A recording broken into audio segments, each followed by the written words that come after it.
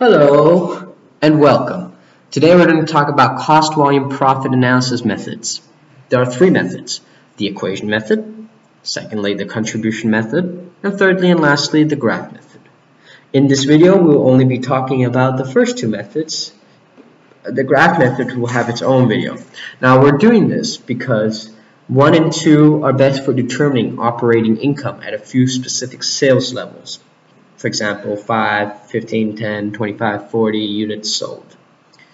And the graph method is for visualization between units sold and operating income over a wide range of quantities.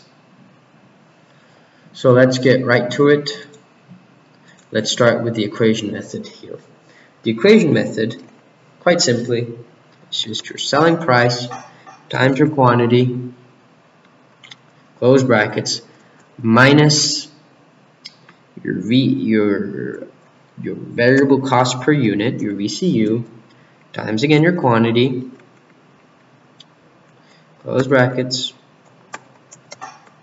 minus your fixed costs, of course, equals your operating income. That's what we're trying to find here, the operating income. So it's quite simple. It's just that, and you just plug it in and just memorize it. Logically, it makes sense, so that should help you very much. Alright, let's move on to a bit more difficult contribution method, which actually in the end is much easier. And I'll show you why. So the contribution method starts off like this. Your selling price. Oh, and I must add that it's a simplification in a way of the equation method.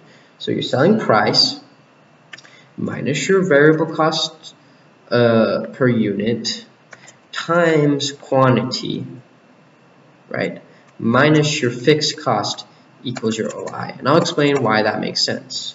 Now, if we simplify that, then that becomes contribution margin per unit times quantity minus your fixed costs equals your OI.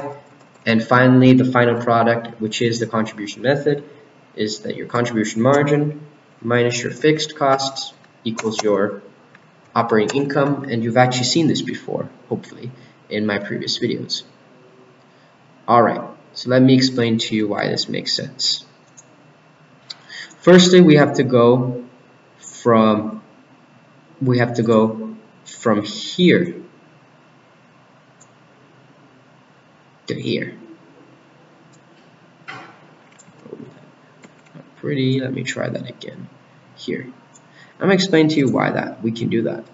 Okay, so we can actually do that because let's give these values variables. Okay, so we have P. Let's just make it A times Q. We can keep as Q actually, right? Minus B times Q. That actually is the same as Q A minus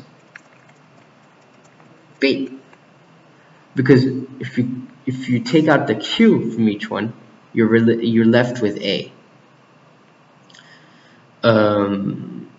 because that essentially then becomes QA minus QB, and QA minus QB is this. So what we're really interested in is this form right here, because then this form becomes this right here. Then QA minus B becomes P, because the A is the P, the B is the VCU, minus VCU, which is variable cost per unit, times the quantity. And then don't forget, of course, the fixed costs. Now, because you know the formulas, you will also realize, if you're sharp, that this here is actually your contribution margin per unit, because the formula for the contribution margin per unit is contribution margin per unit is equal to price minus variable cost per unit. You saw this in the previous video, and now these concepts are coming back. And then of course times the quantity and the fixed cost, right? They relate. Now finally, you have, let's see what a good color I can use. You have this right here is your contribution margin, because your contribution margin can also be calculated by saying contribution margin per unit times quantity.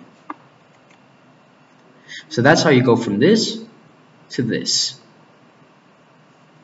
I hope that makes sense. If there's any questions, you can ask me, maybe write a comment. Thank you.